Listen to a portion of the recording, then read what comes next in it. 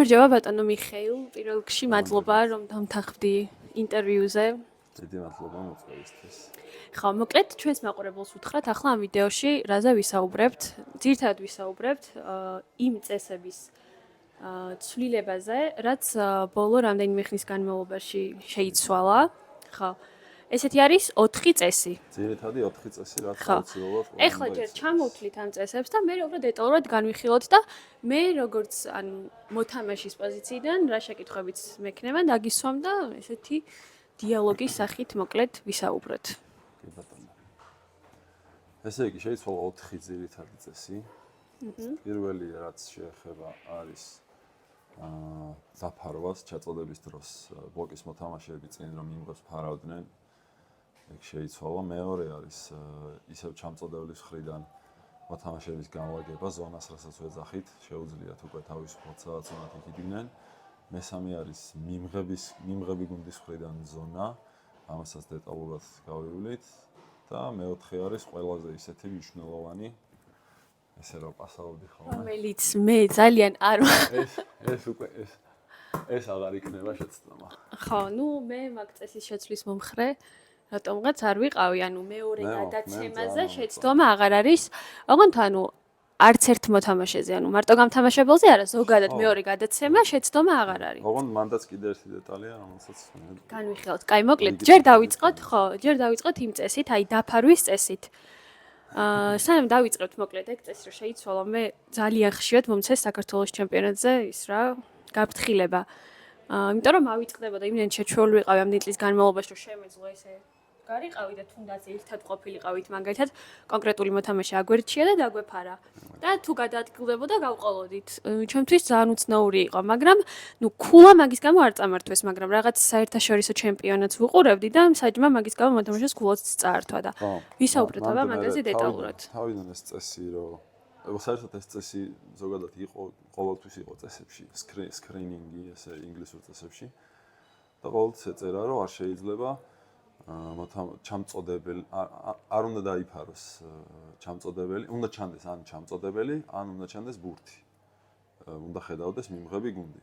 მაგრამ ესე დიდი ყურადღება არასდროს არ ექცეოდა და ეხლა უფრო მიექცა ყურადღება და ჩაწოდების დროს მოკლედ ეს 3 წინა ზონის მოთამაშე ბადესტანისგანა 3 ეს ერთად არ უნდა იდგნენ, უნდა იყვნენ გაშლილები, სივრცე უნდა იყოს მოთამაშეებს შორის. და ხელები ესე რომ უფარავდით, ეს აღარ შეიძლება, მაქსიმუმ თავი რომ დაიცვან, აი თავის სიმაღლეზე. თავს მაღლა ხელების აწევა არ შეიძლება. და რაც შეეხება ხა ქულის დაკარგვას. ჯერ მაინც რომ ახალია ყველას თუნდაც ინსტინქტურად რომ გავიწყდება შეჩვეულები ვართ. ერთ მომენტში უთხრა ვიღაცას და მეორე წუთას ისევ აწიოს ხელი და თავიდან უფრო ესე მიღებულია საჯის მხრიდანაც რომ გაფრთხილებასაც მისცეს რომ ჩამოწიეთ ხელები ან გაიშალეთ მოკლედ ხა მაგრამ რამდენიმე გაფრთხილების შემდეგ ესე იგი აქვს უფლება მსაჯს რომ ქულაც წაართვას. რამდენიმე გაფრთხილების მერე უკვე შესაძლებელია რომ ქულა ჩამოართვას გუნდს. ახლა დავიწყებთ მეორე წესის განხილვას. აბა მეორე წესი გითხარი. წესი ნომერი 2. შეცვლილი წესი ნომერი 2. ერთი წამი სანამ დაიწყებ. ეხლა ჩვეულებრივად ჩემპიონატებზე უკვე ოფიციალურად მაგ წესით ხელმძღვანელობენ. რაც ახლა დაიწყო. ეხლაც უკვე ხელმძღვანელობენ და ჩვენ შემთხვევაში საქართველოს ჩემპიონატზე დაიწყება ახალი სეზონი, უკვე ეს 4-ვე წესი ჩაარჩა. და კიდევ ერთი დეტალი შენ რაც თქვი, მაგალითად შეიძლება რაღაცა ჩემპიონატის მსვლელობის დროს წესი შეიცვალოს. მაგრამ ჩვენ ამ ჩემპიონატის მსვლელობის დროს ამ წესზე გადასვლა მოკლედ არ შეგვიძლია, უნდა დასრულდეს და ახალი თუ როგორ არის? გააჩნია ინსტრუქცია როგორი იქნება რა.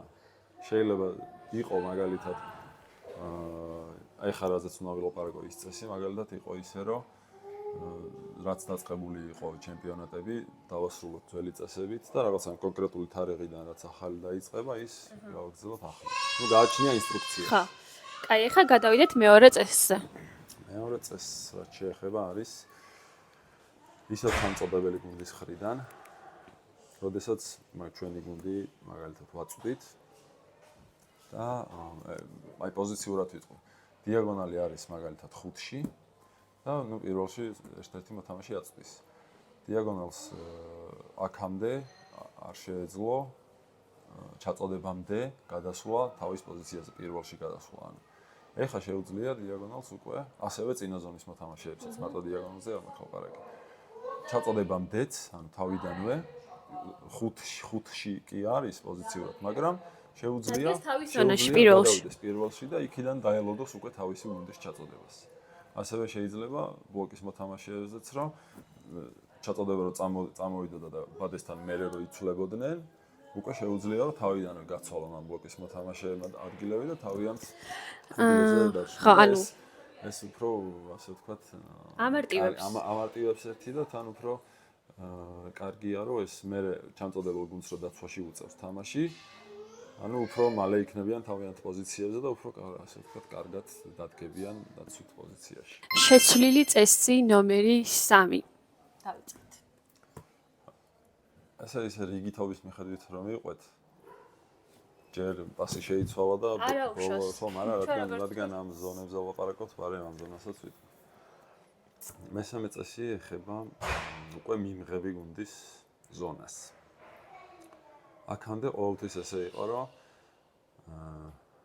გუნდი როდესაც აწვდიდა ჩაწოდებას, მოთამაშე ბურთს რო ხელს მოარტყავდა, აი მაგალითად ჩვენ ვართ ეხა მიმღები გუნდი და მოწინააღმდეგე აწვდის. ბურთს რო ხელს მოარტყავდა, ჩვენ შეგვეძლო უკვე მერე მაგალითად გამთამაშებელი ავიღოთ, გამთამაშებელი არ პირველში და წინ უდგას გარეთ თავდამსხმელი. და ბურთის ხელი რომ ჩაწოდება რომ წამოვიდა და უკვე მერე შეეძლო ამას გაქცევა და გამთამაშებელს თავის პოზიციაზე შესვლა. რაღაცა მახსენდება აქ. ხო, ეხა ეს ტესტ რეჟიმში იყო აქამდე FIVB-ის ტურნირებზე, VNL-ზე მაგალითად და ტესტავდნენ რომ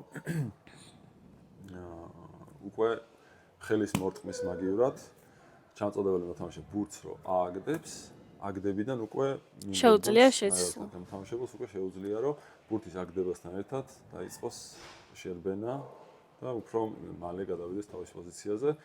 ნუ მარტო გამთამაშებელზე არ არის, რა თქმა უნდა, სულ ყველა მოთამაშე, ვისაც კი სადმე გადასვლა უწევს ან უნდა, ბურთის აგდებიდან უკვე შეუძლია. აი გამთამაშებლის პოზიცია მე მაგალითად ჩემთვის ძალიან არაკომფორტულია, მე ხუთე ზონაში რო დგას გამთამაშებელი და უწევს შერბენას აპასაოდ. ანუ ამ შემთხვევაში აღარ ელოდები. სანამ შეიხება და გარბი ხარ. თან ეგ ცოტა ისიც იყო, იცი როგორ იყო, რომ აი არ შევსულა რა დრე რო შეეხო, მე შევედი ცოტა მე მაგალითად რამდენჯერმე მქონდა რა პრობლემა მსაჯების მიმართ. ხო, ეგ იცი რა ცოტა ინდივიდუალურიც არის. ზოგი მსაჯია რაღაცა შეიძლება თავისებურად აღიქვამს, ზოგი კიდე სხვანაირად და ეს წესების ცვლილებაც, ანუ მაგასაც ემსახურება, რომ უფრო მოკლედ თანაბარ პირობებში ითამაშოს ყველამ და რაღაცა კონკრეტული მსაჯის გადაწყვეტილებაზე არ იყოს დამოკიდებული და მე ამას მივესალმები. და მეოთხე წესი, რომელიც შეიცვალა, ეს არის პასის შეცდომა, რომელსაც მე არ მივესალმები და ეს ამ წესის ცვლილება მოკლედ არ მომწონს. ეხლა ესე რო პასაობ, შეცდომა აღარ არის. ხო, ესე რო პასაობ, შეცდომა აღარ არის. მაგრამ ხო ის ჭერა ისევ ჭერა. ეს ორი შეხება არ უნდა. მოდით ეხლა მოვისმინოთ საჯი რას ფიქრობს. ესე იგი, საჯი ფიქრობს, რომ ეს წესი ძალიან კარგია. იმიტომ რომ არც ერთი გუნდის მხრიდან აღარ არის არ მქონდა შეცდომა და შეცდომა ქონდა. ისინი დიალოგები, ხო, კიდე ხო, არც ერთი გუნდი მოკლედ ამაზე აღარ წუწუნებს, ასე ვთქვათ. საჯისთვისაც ეს ალბათ ყველაზე ინდივიდუალურია ყველა მსაჯისთვის, იმიტომ რომ შეიძლება მე რაღაცა შეცდომად ჩავთვალო და მეორე მსაჯმა რაღაცა შეცდომად არ ჩათვალოს. და კიდე ძალიან მნიშვნელოვანია, რომ აი როცა გადამწყვეტი ქულებია, უკვე სეტის ბოლოა, რაღაც 24-23-ა რაღაცა მსგავსი ქულა და მოთამაშემ შეცდომით იპასავა და ჯერ მსაჯის პოზიციიდან ამ ბურთის დასტვენა ნიშნავს აი რთულია მოკლედ, ხო და ამის გაუქმება მოკლედ ძალიან კარგია, რომ არც გადამწყვეტ მომენტებში არავის არ ეშლება ხელი, გუნდებიც უფრო მშვიდად არიან, მაგრამ აქ არის ერთი ნიუანსი, რომელიც ცოტა გაუგებარია, მაგრამ რატომღაც ჯერ არის, მაგრამ მაინც არ მგონია, რომ ესე ვთქვათ გამოყენებაში იყოს. პასის შეცდომა მაგალითად მე ვარ გამთამაშებელი, შენ ხარ 4-ში და გაძლევ პასს. როგორც შეცდომითაც არ უნდა მოგცე, პრობლემა არ არის. ოღონდ ეს ბურთი შენამდე თუ მოდის, ბადის ჩვენ მხარეს, ჩვენ მოედანში თუ რჩება, მაგრამ ეს შეცდომით ნაპასავები ბურთი თუ შემთხვევით გადავიდა მეორე მხარეს, აი მაგ შემთხვევაში არის შეცდომა. აი ეს არის ცოტა ხო, ანუ როდესაც მეორე მხარეს შეცდომით ნაპასავები ბურთი გადადის, ეს არის შეცდომა. მაშინ აქ ერთი კითხვა მიჩნდება ახლა, ანუ საჯმა ეგ, ანუ შეცდომა რაც არის, უნდა აღიქვას რა. მაშინ საჯმა მაინც უნდა ჩათვალოს რა იყო შეცდომა და რა არა. რომ მაგით მიხვდეს. და ბურთი თუ გადავა, მაშინ იქნება შეცდომა, თუ არ გადავა. და აქ ეს დარჩება. ცოტა ისეთია, მაგრამ მაინც შეიძლება რა ზოგი ბურთი გადავა. ეხლა VNL-ზე ეგეთი წესებით ხელმძღვანელობდნენ? ეგეთი წესებით ხელმძღვანელობდნენ. ეს რეჟიმი იყო და მე ეს სტატისტიკა არის ჩვეულებრივ დათვლილია ყველა ბურთები, აი თამაშის დროს რამდენი შეცდომა დაფიქსირდა, რამდენად იმოქმედა ამ გუნდებზე, რამდენი ბურთი იყო გადამწყვეტ მომენტში, ყველა დიდი სტატისტიკაა მე ყველა მოთამაშეების წვრთნელების საჯების გამოკითხვები რამდენად ეთანხმებიან და არ ეთანხმებიან. და საბოლოოდ შეთანხმდნენ, რომ უნდა დარჩეს ეს წესი. გამთამაშებლებს რატომ არ გვკითხეს? გამთამაშებლობა ეს მარტო ის არ არის სწორად პასაობა მოდი შევთანხმდეთ. არა, ნახე ახლა ის რა ქვია, ისიც ვთქვათ, რომ ანუ მხოლოდ გამთამაშებელზე არ არის ეგ წესი. ზოგადად მეორე გადაცემა ზემოდან ლიბერო იპასავებს თუ ძირითადად ცენტრალური თავდამსხმელი თუ ვინ იპასავებს, არ აქვს მნიშვნელობა. ტემპებს რო ეშლებათ ხოლმე ძირითადად გამოდიან და ხელებს ვაწევენ და უკვე ყველა ანუ ტემპებისთვის. ყველამ რო იცის რომ იქ შეცდომა, უკვე ტემპებს შეუძლიათ რომ თამამად იპასავო. აქ ახლა ცოტა ტემპებს არ მოეწოდებათ ეს. ხო, მოკლედ, ანუ არ ვიცი, იმაში გეთანხმები, რომ საჯის მხრიდან ძალიან ბევრჯერ შევსწრებულ მეც მაგ ფაქტს, რომ აი არ იყო შეცდომა, კამათი რაღაცა რატო იყო, ჩემი თუ იყო ის რატო არ იყო. მსგავსი რაღაცები აღარ იქნება. უბრალოდ ჩემი აზრით ძალიან გამარტივდა რა. იმიტომ რომ ანუ ეგ პასაობა არ არის მოკლედ მარტივი შეცდომის გარეშე. გამარტივების ერთ-ერთი მთავარი მიზეზი რა არის, რომ როდესაც არაპროფესიონალი უყურებს თამაშს და მიდის ჩვეულებრივ კარგი გათამაშება, მაგალითად მიდის თამაში და მოთამაშე ცოტა შეცდომა დაუშვა და საჯმა გააჩერა თამაში და ეს ვიღაც მაყურებელი, ჩვეულებრივ მაყურებელი ვერ ხვდება რა მოხდა. ანუ სანახაობრივად უფრო მე რალი რაც არის, უფრო გრძელდება და უფრო თამაშის ხანგრძლივობა მეტია, ხარისხიც მეტია და რაღაცა აი ამ პატარა რაღაცაზე თამაში აღარ ჩერდება და ყოველთვის უფრო კარგი მთავარი მიზეზი ამ წესის შეცვლის იყო ეგ ზუსტად რომ თამაში გაგრძელდეს და უფრო სანახაობრივი იყოს. კარგი, მოკლედ ნახოთ, არ ვიცი, ახლა მე ჯერ ეგეთი წესებით არ მითამაშია, ცოტა რთული იქნება, მე მგონია მოთამაშეებისთვის გადართვა რა. ხო. ან მაგალითად მწვრთნელის მხრიდან მოწინააღმდეგე შეცდომას დაუშვებს, შეიძლება გაგიპროტესტოს, ხო, რომ შეცდომა იყო და მე გაახსენეს. კი, ხდება ეგ. ერთი VNL-ზე იყო ერთი შემთხვევა, რომ უკვე ამ წესებით თამაშობდნენ წესით და საჯმა დაუსვნა შეცდომა და რომ მიხვდა ეგრევე, გაიაზრა, გაეცინა. ყველას გაეცინა და სადაო იყო და მე თავი. შენც არ გიმსაჯია ხო ეგრე საერთაშორისო ჩემპიონატზე? ხო. შენ არ უნდა დაუშვა შეცდომა. კარგი, მოკლედ ეს იყო მეგობრებო, ის 4 შეცვლილი წესი, ხო? რაზეც გვინდოდა რომ გესაუბრა, იმედია თქვენთვის საინტერესო იყო. შემდეგი ვიდეო უკვე ძალიან დიდი ხანი მინდა რომ ჩავწერო, მაგრამ გპირდებით რომ ძალიან მალე ჩავწერ. ეს არის პოზიციებზე და მიშოთ დამიხმარება. ანუ სრულად პოზიციების განხილვა. რატომღაც ეგრე მგონია რომ რაღაც დაზაპირებულად გვაქვს რაღაცები ნასწავლი.